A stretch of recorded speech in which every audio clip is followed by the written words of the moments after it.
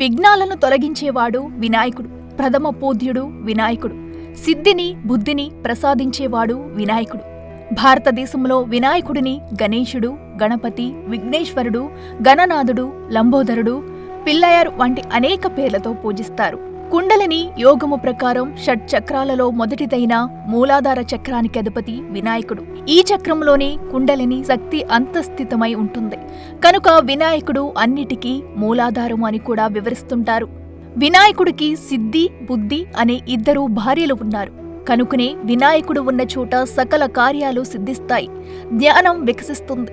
అందువలన ఏ పనైనా పూజగాని వ్రతంగాని చేసేటప్పుడు ముందుగా వినాయకుణ్ణి పూజిస్తారు. అలాగే పెళ్లి, పుట్టినరోజు, శంకుస్థాపన, గృహప్రవేశం, కొత్త వాహనం కొనడం, పరీక్షలకు సిద్ధం కావడం, వ్యాపారం మొదలుపెట్టడం, ముహూర్తం నిశ్చయించడం, జాతకం వ్రాయడం ఇలా ఎన్నో సందర్భాలలో వినాయకుని పూజిస్తారు. ప్రతి ఒక్క హిందువుల ఇంటిలోనూ వినాయకుని బొమ్మ లేదా ప్రతిమ తప్పక ఉంటుంది అనడంలో అతిశయోక్తి లేదు.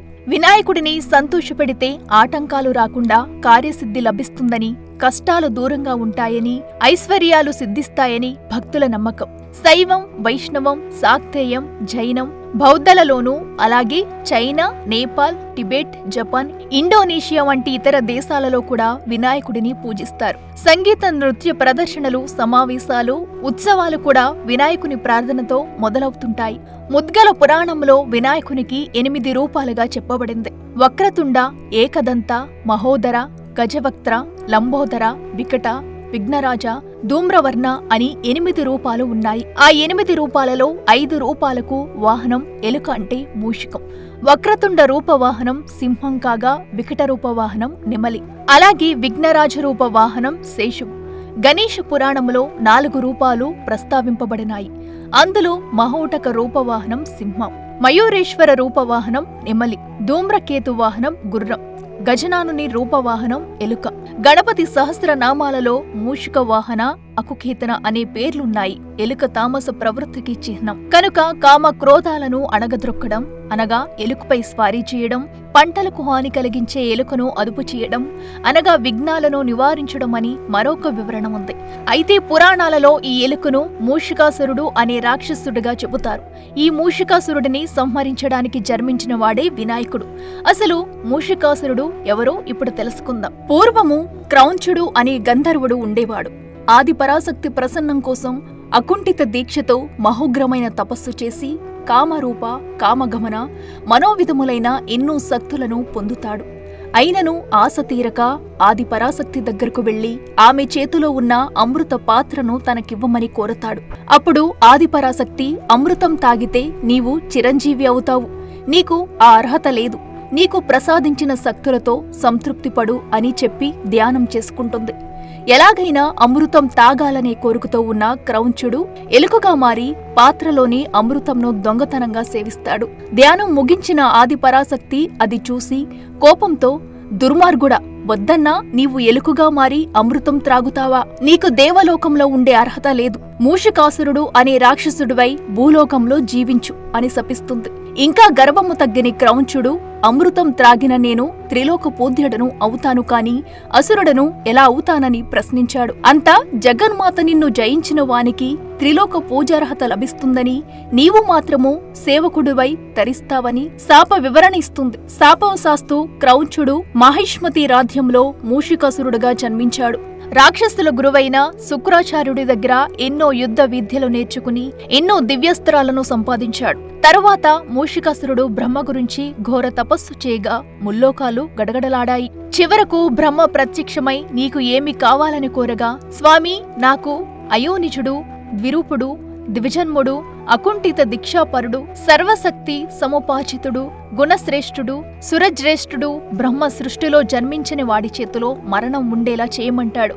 బ్రహ్మ సరేనంటాడు. వరగర్వంతో మూషికాసురుడు దేవలోకాలపై దండెత్తి చిత్రాంగిని చెరబెట్టాడు. దేవేంద్రుడిని ఓడించి అమరావతి నుండి తరిమేస్తాడు. దేవతలను తన దాసులుగా చేసుకుని యక్ష, గంధర్వాలను అనేక రకాలుగా హింసిస్తుంటాడు. అప్పటికి దేవగణాలను గడగడలాడిస్తున్న గజాసురుడు త్రిపురాసురునితో స్నేహం చేసి అందరూ కలిసి ప్రజలను నానా రకాల రకాలుగా హింసించసాగారు. అయితే వీరి ఆగడాలను తట్టుకోలేక దేవగణం మొత్తం బ్రహ్మకు మొరపెట్టుకోగా బ్రహ్మ సూచనతో రుద్రుడు త్రిపురాసురుడిని సంహరిస్తాడు. త్రిపురాసురుడిని శివుడు చంపడంతో ఎలాగైనా సరే ఆ శివుడి నుండే వరాలు పొంది దేవతలందరి సమూలంగా నాశనం చేయాలని కంకణం కట్టుకున్న మూషికాసురుడు తన స్నేహితుడైన గజాసురుడితో శివునికై తపస్సు చేయమని సలహా ఇస్తాడు. అప్పుడు గజాసురుడు శివుని గురించి ఘోర తపస్సు చేస్తాడు. అతని తపస్సుకు సంతోషించిన పరమశివుడు ఏమి కావాలని అడగగా, స్వామి నీవు కైలాసము వీడి నా పొట్టలో నివసించమని కోరతాడు. అందుకు అంగీకరించిన శివుడు అతని పొట్టలో నివసించసాగాడు. శివుడు కైలాసంలో లేకపోవడం వల్ల లోకాలన్నీ వెలుగులేక గాఢంధకారంలో మగ్గిపోతాయి. ఆందోళన చెందిన పార్వతీదేవి శ్రీ మహావిష్ణువును స్తుతించగా కైలాసానికి వచ్చిన శ్రీమన్నారాయణుడు ఇదంతా మూషికాసురుడు ఆడిస్తున్న నాటకం. నేను బ్రహ్మది దేవతలతో కలిసి వెళ్లి శివుడిని విడిపించుకుని వస్తాను. నీవు అభ్యంగన స్నానం చేసి మహాశివుని స్తోత్రం పఠిస్తూ శివదీక్ష చేయి అని చెబుతాడు. శివుని వాహనమైన నంది గంగిరెద్దుగా, శ్రీ మహావిష్ణువు గంగిరెద్దులాడించేవాడిగా, అలాగే బ్రహ్మాది దేవతలు మేళాలు డోలు వాయించేవారిలా మారి గజాసురుడి రాజ్యానికి వెళతారు.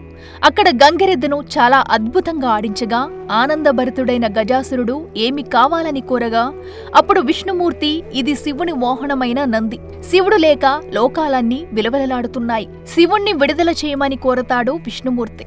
అప్పుడు గజాసురుడు తనకు చావు మూడిందని తెలుసుకుని శివుడితో, స్వామి నీవు నా పొట్టలో నుండి బయటకు వస్తే నేను చనిపోవడం తథ్యం, నీవు నా తలని లోకాలని పూజించేలా చేయమంటాడు. అందుకు శివుడు సరేనంటాడు. నంది గజాసురుడి పొట్టలో తన కొమ్ములతో పొడవుగా శివుడు బయటకు వస్తాడు. చనిపోయిన గజాసురుడి తలను ఖండించి తనతో కైలాసానికి తీసుకుని వెళతాడు శివుడు. ఇక్కడ పార్వతీదేవి శివదీక్ష చేయాలని సంకల్పించి అభ్యంగన స్నానం చేస్తూ నలుగుపిండితో ఒక బొమ్మను తయారు చేసి ఆ బొమ్మకు ప్రాణం పోస్తుంది. అప్పుడు గణపతి అయోనిజుడిగా జన్మిస్తాడు. పార్వతీదేవి అతనికి ఒక శక్తి ఆయుధాన్ని ఇచ్చి, నీవు ద్వారము దగ్గర కాపలాగా ఉండి లోపలికి ఎవరూ రాకుండా చూడు, నేను శివదీక్ష చేస్తానని చెబుతుంది. గణపతి సరేనని ద్వారము దగ్గర కాపలా ఉంటాడు. ఈ లోపల కైలాసానికి వచ్చిన శివుడు లోపలికి వెళ్లబోగా ద్వారం దగ్గర కాపలాగా ఉన్న గణపతి అతనిని అడ్డగిస్తాడు. నేను పార్వతీదేవి భర్తను, లోపలికి వెళ్లనీయమనగా అందుకు గణపతి లోపలకు ఎవరూ వెళ్లడానికి వీల్లేదంటాడు. కోపగించుకున్న శివుడికి గణపతికి మధ్య యుద్ధం జరుగుతుంది. చివరకు శివుడు గణపతి తలను ఖండిస్తాడు. ఆ తర్వాత గణపతి జైమాత అనే మంత్రం పఠించగా అతని తల వచ్చి మొండానికి అతుక్కుంటుంది. శివుడు మరలా ఆ తలను ఖండించి తన మూడో కన్ను తెరిచి ఆ తలను భస్మం చేస్తాడు. అప్పుడు అమ్మ అంటూ గణపతి చనిపోతాడు. పార్వతీదేవి శివదీక్ష ముగించి హుటాహుటున పరిగెత్తుకుని బయటికి రాగా చనిపోయిన గణపతి కనిపిస్తాడు. ఏడుస్తూ నా బిడ్డను చంపేశావా అని శివుడిని నిందిస్తుంది. అలాగే గణపతి ఎలా జన్మించాడో శివుడికి చెబుతుంది. శివుడు కూడా తాను చేసిన పనికి బాధపడతాడు. అప్పుడు అక్కడకు వచ్చిన శ్రీ మహావిష్ణువు బ్రహ్మాది దేవతలు మహాశివుడు తీసుకువచ్చిన గజాసురుడి తలను గణపతి శరీరానికి అతికించి అతన్ని తిరిగి బ్రతికిస్తారు. అలా తిరిగి బ్రతికిన గణపతి ద్విరూపుడు ద్విజన్ముడు అయ్యాడు. గజాసురుడి తలతో తిరిగి బ్రతికినవాడు కాబట్టి అప్పటి నుండి గజాననుడు అని కూడా పిలుస్తారు. మూషికాసురుడిని సంహరించడానికే గజాననుడు జన్మించాడని పార్వతీదేవికి చెబుతాడు నారాయణుడు. అప్పుడు పార్వతీదేవి శివుడు నీ తండ్రి అని గణపతికి చెప్పగా తండ్రి కాళ్లకు నమస్కరించి ఆశీస్సులు తీసుకుంటాడు గణపతి. అంగరంగ వైభవంగా గజాననుడికి ఉపనయనం బ్రహ్మోపదేశం చేస్తాడు మహాశివుడు. అనేక వేదాలను చదివి అన్ని కళలలో ఆరితేరిపోతాడు గజాననుడు. ఆ తరువాత బ్రహ్మచర్య తపోదీక్ష కోసం అడవులకు వెళతాడు గణపతి. అయితే తనను చంపడానికి గణపతి జన్మించాడని తెలుసుకున్న మూషికాసురుడు అడవిలో గణపతి దీక్షను భగ్నం చేయడానికి అనేక ఆటంకాలు సృష్టిస్తాడు. వాటన్నింటినీ నాగలోకం నుండి వచ్చిన నాగసర్పాలు అడ్డుకుంటాయి. వాటి సహకారంతో తపస్సును నిర్విఘ్నంగా పూర్తి చేస్తాడు గజాననుడు. అరిషడ్ వర్గాలను జయించి జితేంద్రియుడు అవుతాడు. తపస్సు చేత సిద్ధిని, సిద్ధి చేత బుద్ధిని సాధించి అకుంఠిత దీక్షాపరుడు, సర్వశక్తి సముపాచితుడు అవుతాడు. విజయవంతంగా తపస్సు పూర్తి చేసుకున్న గజాననుడు కైలాసానికి చేరుకుని తారకాసురుని సంహరించడానికి శివ పార్వతులకు జన్మించిన తన తమ్ముడు కార్తికేయుడును చూసి ఎంతో సంతోషపడతాడు. ఆ తర్వాత గణాధిపత్యం కోసం గజాననుడితో పోటీ పడతాడు కార్తికేయుడు. అప్పుడు శివ పార్వతులు మీలో ఎవరైతే 3 సార్లు విశ్వమంతా చుట్టి అన్ని పుణ్యనదులలో స్నానం చేసి వస్తారో వారే గణాధిపత్యానికి అర్హులని చెప్పగా, సుబ్రహ్మణ్యుడు అనగా కార్తికేయుడు తన వాహనమైన నెమలిని ఎక్కి విశ్వమంతా తిరిగి రావడానికి వెళ్లిపోతాడు. అయితే వాహనం కూడా లేని తను విశ్వం ఎలా చుట్టి రావాలా అని ఆలోచించిన గజాననుడు తన బుద్ధితో ఉపాయం కనుక్కుని తల్లిదండ్రులైన పార్వతీ పరమేశ్వరుల వద్దకెళ్లి వారి పాదాలను కడిగి వారికి నమస్కరిస్తూ వారి చుట్టూ 3 ప్రదక్షిణలు చేస్తాడు. దాంతో సుబ్రహ్మణ్యుడు ఏ నదికి వెళ్లినా తనకన్నా ముందే స్నానం చేసి వస్తున్నట్టు కనిపిస్తాడు గజాననుడు. అలా విశ్వమంతా చుట్టిన సుబ్రహ్మణ్యుడు తనకన్నా ముందే తన అన్న గజాననుడు విశ్వాన్ని చుట్టడాన్ని చూసి చివరకు కైలాసానికి చేరుకుని తన ఓటమిని ఒప్పుకుని వాహనమైన లేకుండా నీవు విశ్వాన్ని ఎలా చుట్టావని గజాననుడిని అడుగుతాడు. అప్పుడు గజాననుడు, సుబ్రహ్మణ్య, నేను కైలాసంలోనే ఉన్నాను. ఏ వ్యక్తి అయినా తన తల్లిదండ్రులకు నమస్కరించి వారి చుట్టూ ప్రదక్షిణలు చేస్తే కోటి నదులందు మునిగిన మేటి ఫలం, భూమిని 3 సార్లు చుట్టిన పుణ్యఫలం దక్కుతుందని వేదాలలో చెప్పారు. ఆ ప్రకారమే నేను చేశాను. తల్లిదండ్రులను మించిన దైవం ఎక్కడా లేదు. ఈ పార్వతీ పరమేశ్వరులే ఆది దంపతులు, ప్రకృతి పురుషులు. వీరియందే సమస్త గ్రహాలు, సమస్త నదులు, సమస్త లోకాలు ఇమిడి ఉన్నాయి.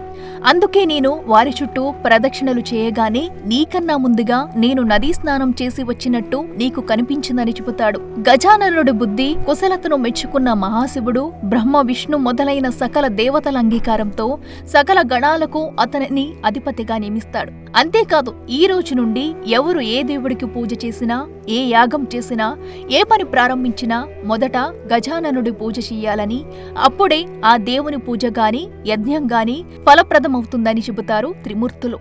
ఇక అప్పటి నుండి గజాననుడి గణాలకు అధిపతి కాబట్టి గణపతి అని, విఘ్నాలను తొలగించేవాడు కాబట్టి వినాయకుడని పిలవసాగారు. అలాగే పార్వతీ పరమేశ్వరుల 2వ కుమారుడైన కార్తికేయుడిని దేవతల సర్వ సైన్యాధ్యక్షుడుగా నియమిస్తారు త్రిమూర్తులు. మూషికాసురుడి ఆగడాలు భరించలేకపోతున్న సకల లోకవాసులు, దేవతలు వినాయకుని వద్దకు వచ్చి అతన్ని సంహరించమని ప్రాధేయపడతారు. సుబ్రహ్మణ్యుడు యుద్ధానికి సైన్యాన్ని సిద్ధం చేయగా రక్తపాతం జరగడం నాకు ఇష్టం లేదు. నేనొక్కడినే వెళ్లి మూషికాసురుడిని సంహరిస్తాను అని ఒంటరిగా యుద్ధానికి వెళతాడు వినాయకుడు. మూషికాసురుడికి వినాయకుడికి మధ్య యుద్ధం భయంకరంగా జరుగుతుంది. ఒకరిపై ఒకరు అనేక దివ్యస్త్రాలు ప్రయోగించుకుంటారు. ఒకరి అస్త్రాలను ఇంకొకరు నాశనం చేసుకుంటారు. మూషికాసురుడికి తన గురువైన శుక్రాచార్యుడు ఇచ్చిన దివ్య రథాన్ని నాశనం చేస్తాడు వినాయకుడు. అతనిలో ఐక్యమైన అసుర రాక్షసులందరినీ సంహరిస్తాడు. తర్వాత మూషికాసురుడు వినాయకుడిపై ద్వంద్వ యుద్ధం చేస్తాడు. మూషికాసురుడిపై పిడుగుద్దులు గుద్ది అతన్ని దారుణంగా గాయపరుస్తాడు వినాయకుడు. చివరకు అస్త్రాల వల్ల మూషికాసురుడు చనిపోడని గ్రహించిన వినాయకుడు తన దంతాలతో ఒక దాన్ని విరిచి దాన్ని ఆయుధంగా ప్రయోగిస్తాడు.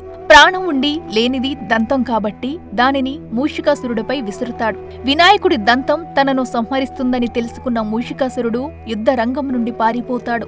అయినా వినాయకుడి దంతం అతన్ని విడవకుండా వెంటాడుతూనే ఉంటుంది. మరోపక్క మూషికాసురుడి భార్య అయిన ప్రియంవద తన భర్తను కాపాడమని పార్వతీదేవిని ప్రార్థిస్తుంది. ప్రతివ్రత అయిన ప్రియంవద కోరికను మన్నించిన పార్వతీదేవి తన శక్తి అస్త్రంతో వినాయకుడి దంతం మూషికాసురుడిని చంపకుండా అడ్డుకుంటుంది. పార్వతీదేవి శక్తి అస్త్రానికి వినాయకుడి దంతానికి మధ్య జరిగిన పోరులో లోకాలన్నీ అల్లాడిపోతాయి. అప్పుడు త్రిమూర్తులు ప్రత్యక్షమై సమస్య పరిష్కారం కోసం ఆ ఆదిపరాశక్తిని వేడుకుంటారు. ఆదిపరాశక్తి సూచనతో పార్వతీదేవి, వినాయకుడు తమ తమ అస్త్రాలను వెనక్కి తీసుకుంటారు. అప్పుడు అక్కడకు పరిగెత్తుకు వచ్చిన మూషికాసురుడు ఆదిపరాశక్తిని ప్రాణభిక్ష పెట్టమని ప్రాధేయపడతాడు. వినాయకుడి పాదాలపై పడి తనను క్షమించమని వేడుకుంటాడు. తను చేసిన పనికి తప్పైందని చెంపదెబ్బలు వేసుకుని గుంజెళ్లు తీస్తాడు. అప్పుడు ఆదిపరాశక్తి అమృతం తాగడం వల్ల మూషికాసురుడికి చావులేదని, దాన లక్షణాలను నీ కాలితో త్రొక్కి అణిచివేయమని చెప్పగా వినాయకుడు తన కాలితో మూషికాసురుడి తలపై త్రొక్కి అతని గర్వాన్ని, పాశవిక శక్తులను అణిచివేస్తాడు. అంతేకాక తన వాహనంగా మూషికాసురుడిని స్వీకరిస్తున్నానని ప్రకటిస్తాడు. తన బరువును మోయగలిగే శక్తిని అతనికి ప్రసాదిస్తాడు. అప్పుడు అక్కడకు వచ్చిన మూషికాసురుడి భార్య ప్రియంవద భర్త లేకుండా తను బ్రతకనని చెప్పగా, అయితే నీవు నా గొడుగుగా మారి నీ భర్తను చూస్తూ బ్రతకమని చెబుతాడు వినాయకుడు. అప్పుడు ఆదిపరాశక్తి, వినాయక నీవే నేను, నేనే నీవు, నీకు నాకు తేడా లేదు, మంత్రతంత్రాలు, పూజా విధానాలు ఇద్దరికీ ఒకేలా ఉంటాయని, పంచముఖ విఘ్నేశ్వరుడిగా పూజలందుకుంటావని దీవిస్తుంది. ఇక అప్పటి నుండి విఘ్నేశ్వరుడు భాద్రపద శుద్ధ చతుర్థి నాడు, ఆగస్టు లేదా సెప్టెంబర్ నెలలో వచ్చే వినాయక చవితి రోజు, అలాగే మాఘకృష్ణ చతుర్థి నాడు, జనవరి లేదా ఫిబ్రవరి నెలలో వచ్చే వినాయక జయంతి రోజు, అలాగే ప్రతి చంద్రమాసంలో వచ్చే వినాయకుడి ఉత్సవం సంకటహర చతుర్థి రోజు సమస్త లోకవాసులతో పూజలందుకుంటున్నాడు. For more videos like this, subscribe Big TV channel.